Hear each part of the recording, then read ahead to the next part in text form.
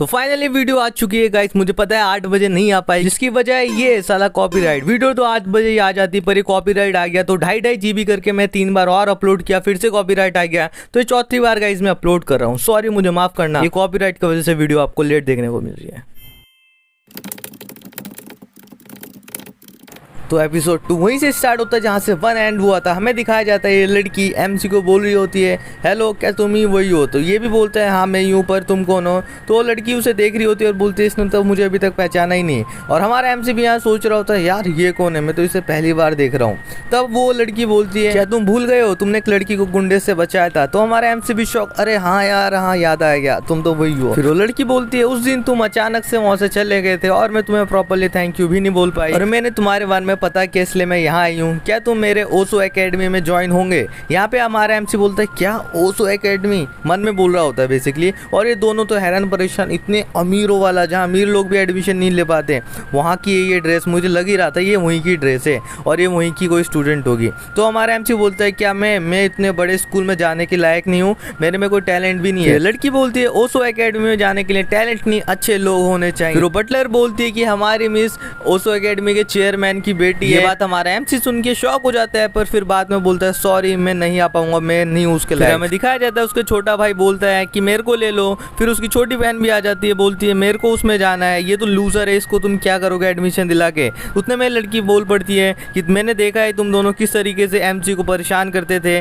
तुम दोनों ज्यादा इनोसेंट मत बनो और तुम्हारे जैसे लोग वहाँ पे एंट्री कभी नहीं ले सकते। ये दोनों बच्चे शॉक हो जाते हैं, बोलते क्या तुमने हमारे ऊपर भी इन्वेस्टिगेशन किया है? हार मान के फिर इनको बहुत बुरा लगता है, नीचे बैठ जाते हैं। फिर सीन दिखाया जाता है वो लड़की MC से बात कर रही होती है और उसे अप्रोच कर रही होती है कि प्लीज तुम आ जाओ हमारे ओसो एकेडमी में, तुम जैसे बच्चे की यहाँ बहुत जरूरत है। फिर उतने में ये बटलर पीछे जो है वो बोल पड़ती है यंग मिस पहले हम इनको अपना स्कूल पूरा दिखा देते हैं, उसके बाद इनको डिसाइड करने देंगे कि ये ज्वाइन करेंगे कि नहीं। फिर ये लड़की भी खुश हो जाती है, बोलती है हाँ हाँ चलो। फिर MC का हाथ पकड़ के गाड़ी में बिठा देती है और हमें फिर यहाँ से दिखाया जाता है कि वो गाड़ी वहाँ से निकल जाती है और उसके दोनों भाई बहन बहुत ज़्यादा गुस्से में बोलते हैं मैं तुझे छोड़ूंगा नहीं, ऐसा ये मन में सोच रहे होते हैं। और फिर सीन दिखाया जाता है ओसो एकेडमी का, यहाँ पे हमें सीन दिखाया जाता है। बेसिकली MC अपने मन में सोच रहा है कि किस तरीके से वहाँ पे एक फुटबॉल ग्राउंड है उनका अपना, वहाँ पे उनका खुद का टेनिस कोर्ट भी है, साथ में वहाँ पे बास्केटबॉल के साथ और जितने भी गेम है सब तरह के गेम है, क्लासरूम भी इतनी एडवांस है वहाँ पे और सारे टॉप टीचर वहाँ पे पढ़ाते हैं। ये हमारा MC सोचता है क्या मैं उसका सुटेबल हूँ, लायक हूँ? हमें सीन दिखाया जाता है जहाँ MC ओसो एकेडमी में पहुंच चुका है। फिर वो एक रूम में आके बैठा रहता है और बटलर उसके लिए चाय लेके आती है,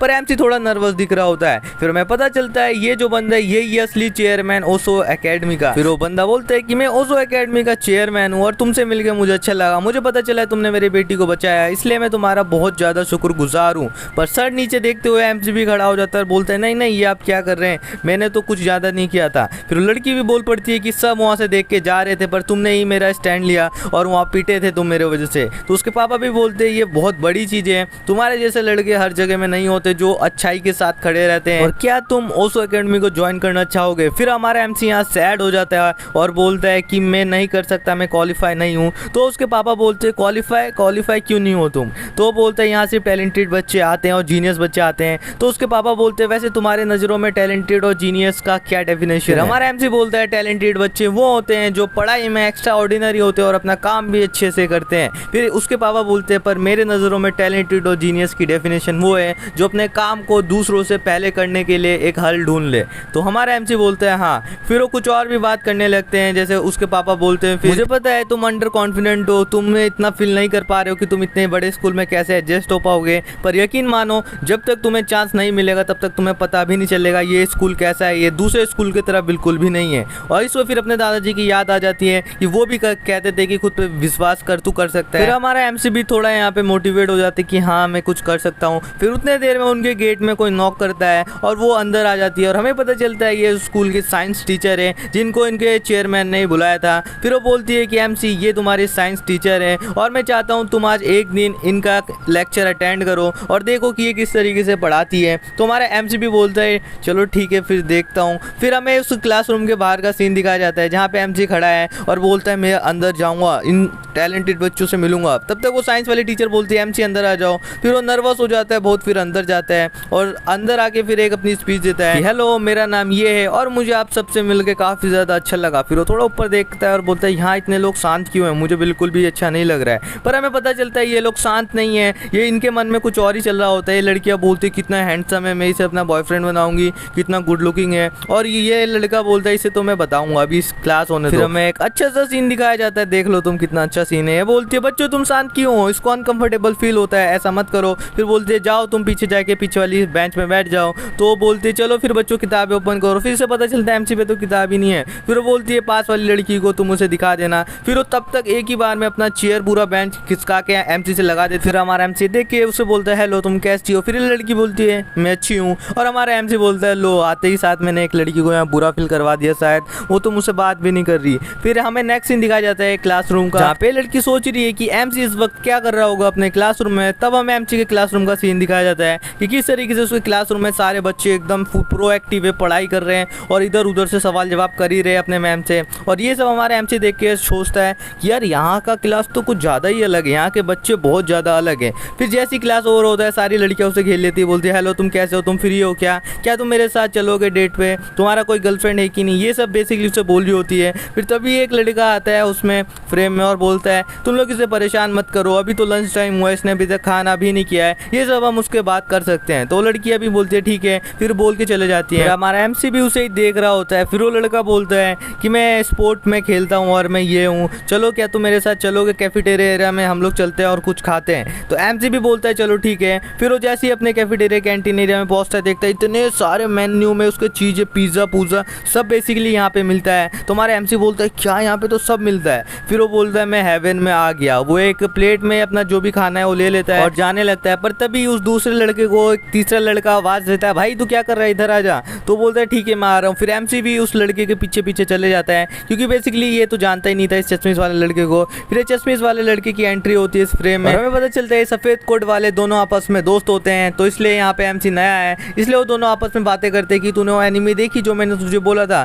फिर ये भूरे बाल वाला बोलता है हाँ मैंने देखा भाई, बहुत ही ज़्यादा गजब है, और तू जो मुझे एनिमे बोलता है वो सारे मस्ती होते हैं। फिर लड़का भी चमकते हुए आके उसे देखता बोलता है थैंक यू भाई, ऐसे और भी एनिमे मैं तुझे बताते रहूँगा। फिर लड़का बोलता है कि ये जो एनिमे बताता है चश्मिश ये हमेशा बेस्ट ही बताता है। तो हमारा एमसी भी यहाँ पे खाते हुए बहुत सोच रहा होता है क्या ये लोग भी एनिमे देखते हैं क्या। फिर सारे के सारे बच्चे एमसी को घूर रहे होते हैं, पर जैसे ही एमसी उन्हें देखता है वो लोग अपने काम में ऐसी फील लग जाते हैं। फिर हमारा एमसी बोलता है यार मैंने शायद कपड़े अलग पहने हैं इसलिए मुझे सारे बच्चे घूर रहे होते हैं। फिर तभी वो चश्मिश बोलता है कपड़े नहीं, तेरी शक्ल इतनी अच्छी है इसलिए तुझे देख रहे हैं। तो हमारे एमसी भी बोलता है यार हाँ हो सकता है। फिर बात करते करते ये लोग एमसी से पूछते हैं कि एमसी तुम कौन से क्लब में हो। तो यहाँ पे हमारा एमसी बोलता है मैं कोई भी क्लब में नहीं हूँ। और ये बुरे बाल वाला खाना खाते खाते बोलता है मैं तो होम क्लब में हूँ और मुझे होम क्लब अच्छा लगता है और वो बेस्ट है मेरे लिए। फिर हमें चश्मिश दिखाया जाता है जो कि बोलता है मैं तो गेम क्लब में हूँ, और वो अपना कंट्रोलर एमसी को दिखा रहा होता है। एमसी भी बोल रहा होता है क्या तुम इस कंट्रोलर को स्कूल में ला सकते हो। तो लड़का बोलता है हाँ सब कुछ अलो है, सबको पता है हम क्लासरूम में से नहीं निकालेंगे, हम सिर्फ इसे गेम वाले टास्क में ही निकालते हैं। हमारा एमसी भी सोचता होता है यार ये स्कूल तो काफ़ी ज़्यादा डिफरेंट है, सारे बच्चे एकदम पढ़ाई में प्रोएक्टिव है। ये सब सोचते सोचते हमें नेक्स्ट सीन दिखाया जाता है जहाँ पे स्कूल एंड हो जाता है और चेयरमैन के सामने हमारा एमसी बैठा होता है और चेयरमैन पूछता है तुम्हें स्कूल कैसा लगा। और एमसी बताता है स्कूल काफ़ी ज़्यादा अच्छा है, इसकी फैसिलिटी काफ़ी अच्छी है, पर सबसे ज़्यादा खास बात इनके बच्चे हैं, यहाँ पे सारे बच्चे एकदम एक्टिव रहते हैं। ये बात चेयरमैन को अच्छी लगती है और फिर वो पूछ लेते हैं एमसी से कि क्या तुम अब बताओ ज्वाइन करोगे हमारे एकेडमी को। तो एमसी भी बोलता है मैं ज्वाइन करना तो चाहता हूँ पर ये स्कूल काफ़ी ज़्यादा हाई है मेरे स्टेटस से, मैं शायद यहाँ पे सूट नहीं हो पाऊँगा। तो यहाँ पे फिर वो चेयरमैन बोलते हैं तुम टेंशन मत लो, आराम से मुझे सोच के बताना। और ये सब बात खत्म होती है। फिर एमसी वहाँ से एमसी उस रूम से बाहर आ जाता है और बाहर आके देखता है तो वो लड़की उसका तब से इंतजार ही कर रही होती है। और वो लड़की फाइनली पूछती है कि मैं तुम्हारा कब से वेट कर रही थी जानने के लिए कि क्या तुम हमारे एकेडमी को ज्वाइन करोगे कि नहीं। तो हमारा एमसी बोलता है मैं ज्वाइन तो करना चाहता हूँ पर मैं उतना कॉन्फिडेंट नहीं हूँ अभी। तो वो लड़की भी बोलती है ठीक है क्या तुम मेरे साथ बाहर जाओगे घूमने के लिए। फिर एमसी हाँ कर देता है। फिर सीन दिखाया जाता है हमें गली का, बेसिकली एक रोड है जहाँ पे बड़े बड़े मॉल शॉप है और यहाँ पे एमसी सोच रहा होता है ये तो वही स्ट्रीट है जो काफ़ी सारे वीडियोस में दिखाया गया है। और उतने में वो लड़की बोल पड़ती है मैं ऐसे जनरली बाहर नहीं आती हूँ, मैं नहीं घूमती हूँ किसी के साथ, पर मैं तुम्हारे साथ आई हूँ क्योंकि मुझे तुम सही लगते हो, बाकी लोगों की तरह तुम नहीं हो। और वो ब्लश भी कर रही होती है। और फिर यहाँ पे हमारे एमसी को भी समझ में नहीं आता है कि वो क्या बोलेगा। फिर वो बात को चेंज करने के लिए बोलता है उधर देखो आइसक्रीम बिक रही है, क्या तुम आइसक्रीम खाओगे, मुझे तो अच्छी लगती है। फिर वो लड़की बोलती है कि हाँ चलो खाते हैं। फिर सीन दिखाया जाता है जो एमसी ने आइसक्रीम उसको खरीद के दे दिया है, ये स्ट्रॉबेरी फ्लेवर वाला है और वो लड़की उसे खा रही होती है। और एमसी देखता है कि ये तो 750 येन का है जो कि 10 दिन के कमाई के बराबर है मेरे जो साइकिल में न्यूज़ बेचता था। फिर एमसी पूछता है तुम्हें आइसक्रीम कैसी लगी, वो बोलती है काफ़ी अच्छी है आइसक्रीम। और फिर आसपास के लोग भी इन्हें देखने लगते हैं क्योंकि ये दोनों आपस में एक कपल ही लग रहे होते हैं उन सबको, और ये दोनों हंसते हंसते बात भी कर रहे होते हैं। एमसी अपने मन में सोचता है कि अगर मैं इसी तरीके से आइसक्रीम खाऊंगा तो मैं पहले की तरह मोटा ना हो जाऊं। फिर हमारा एमसी उस लड़की से सवाल पूछता है कि तुम्हें कैसे पता चला कि मैं ही वो लड़का हूँ, क्योंकि अभी तो मैं पतला हो गया, पहले मोटा था। तो लड़की बोलती है मैं तो तुम्हें तुम्हारे आँख से ही पहचान ली थी कि तुम्हारे आंखें एकदम सेम टू सेम थे, तो मुझे पता था वो तुम ही हो। तो हमारे एमसी भी यहाँ पे बोलते हैं हाँ ठीक है। फिर वो लड़की थोड़ा गुस्से वे में एमसी को बोलती है कि तुम मुझे इतने फॉर्मल वे में क्यों बात करते हो, क्या तुम मुझे दोस्त नहीं समझते।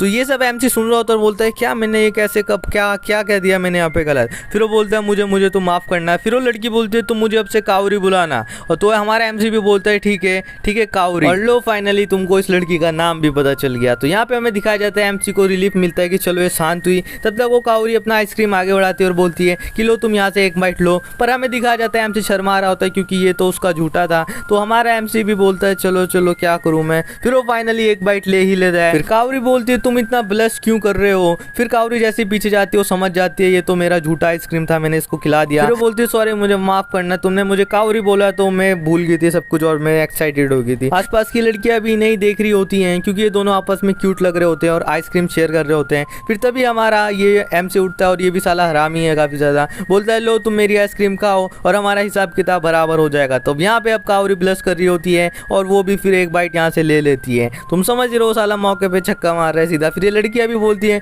ये दोनों कपल ही हैं भाई, मैं श्योर हो गई कितने प्यारे लग रहे हैं। फिर यहाँ से फिर ये दोनों की जब बात खत्म होती है हमें सीन दिखाया जाता है जो एमसी अपने पुराने रूम में आ जाता है जहाँ वो सीक्रेट रूम था दादाजी का, और उस गेट के सामने आके बोलता है कि चलो मैं उस दुनिया में वापस चलता हूँ। यहाँ पे एमसी के ऊपर एक रेड ब्लैक आर्मर दिख रहा होता है। मैं गाइस वही है जो एपिसोड फर्स्ट में मैंने आपको फुल बॉडी आर्मर बताया था जब उसने पहले मॉन्स्टर को मारा था। वो जैसे गेट ओपन करके उस पास जाता है तो एक मॉन्स्टर पे चिल्ला रहा होता है। तो हमारा एमसी भी देखता है क्या ये फिर से आ गया। फिर हमारा एमसी एक स्लैश मारता है, ले गाइस एक ही स्लैश में उस जो भी मॉन्स्टर था चटनी बन जाती है। और हमारा एमसी भी सोचता है चलो यार ये तो खत्म हुआ। फिर हमारा एमसी अपना हथियार वापस रख रहा होता है तभी स्टेटस विंडोज के सामने आती है और हमें लेवल पता चलता है 235 हो गया है। तब हमारा एमसी बोलता है यार ये लेवल काफ़ी धीरे धीरे बढ़ रहा है, अब पहले तो तेज बढ़ रहा था और इसको बढ़ाने के लिए मुझे जंगल के अंदर जाना ही पड़ेगा। तो ये सोच ही रहा होता है तभी इसको जंगल के अंदर से किसी की चिल्लाने की आवाज़ें आने लगती हैं और वो बोलता है बचाओ बचाओ मुझे। तो एमसी अपना गेट को खोलता है और पहली बार एमसी अपने घर से बाहर निकल जाता है और देखता है कि ये जंगलों में अंधेरा है और काफ़ी सारे लोग आजू बाजू मरे पड़े रहे, इनकी हालत काफ़ी ज़्यादा बुरी है और कुछ लोगों को तो बड़ी खतरनाक मारा गया है। और यहाँ पे हमें एक मॉन्स्टर दिखाया जाता है जिसके मुंह में ब्लड लगा है। एमसी सोचता है कौन है।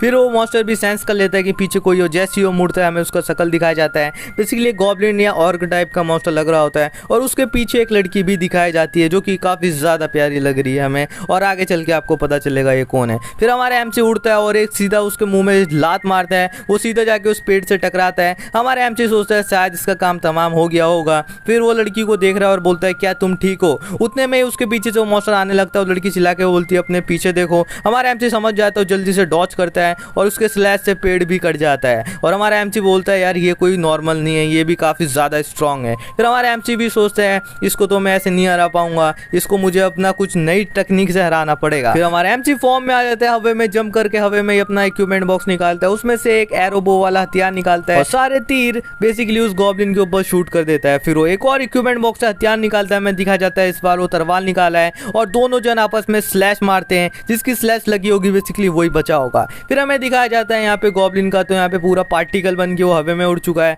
और फिर उस लड़की को देखता है, उसके पास आ जाता है और उस लड़की की भी धीरे धीरे आंखें बंद हो जाती हैं। फिर हमारा एमसी बोलता है क्या इस दुनिया में भी इंसान रहते हैं, क्योंकि भाई उसे पहले इंसान दिखी है इस दुनिया में।